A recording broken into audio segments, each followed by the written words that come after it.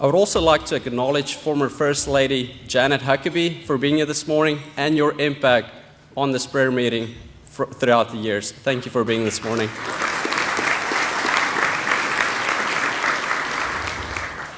Ladies and gentlemen, can you please join me in welcoming up the 47th Governor of Arkansas, Governor Sarah Huckabee Sanders.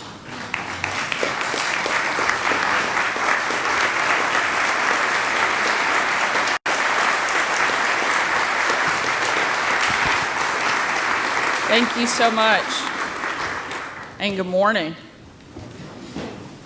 Thank you, Donnie, for welcoming us today and for the work that you have done to help make this event an incredible success. They've even had to put tables up on the balcony because so many people want to be part of this special event. And I can't think of a better way to kick off and start our legislative session than with a prayer breakfast, gathering this group of leaders from across our state to come here and join together in fellowship and in prayer. You know, as a pastor's daughter, I'm certainly no stranger to prayer breakfast and church gatherings. In fact, some of my earliest memories are at events very much like this one.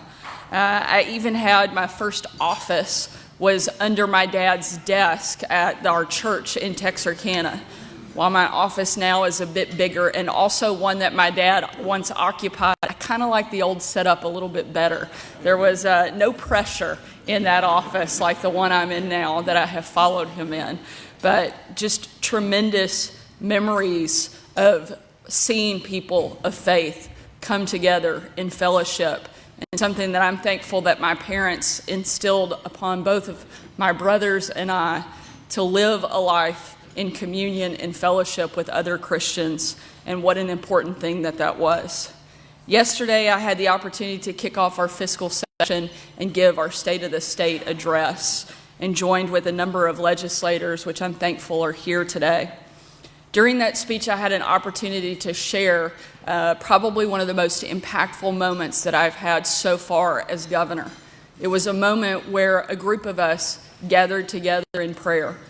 It was 2 days after tornadoes had swept through our state, devastating communities both here in central Arkansas and in Wynne, Arkansas, in the eastern part of Arkansas.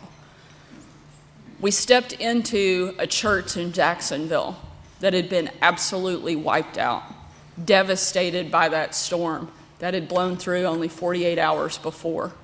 We walked into the sanctuary where the pews were destroyed. All of the walls, except for one, had been taken down. And on that one wall that stood, there were 3 wooden crosses that hung. What an incredible reminder of God's strength and his resilience.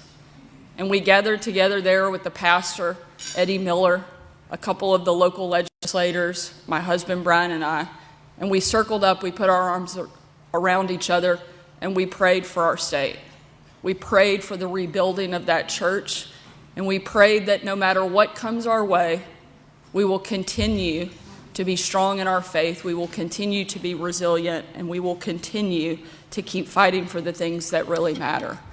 I'm proud to say that I had the opportunity just a couple weeks ago, almost exactly 1 year after that storm, to go back to that location and see that a brand new church is in its place. The walls have been rebuilt. Their faith has never been lost or broken. And their strength and their faith in God is what carried them through that difficult time. And now they have something even better than before.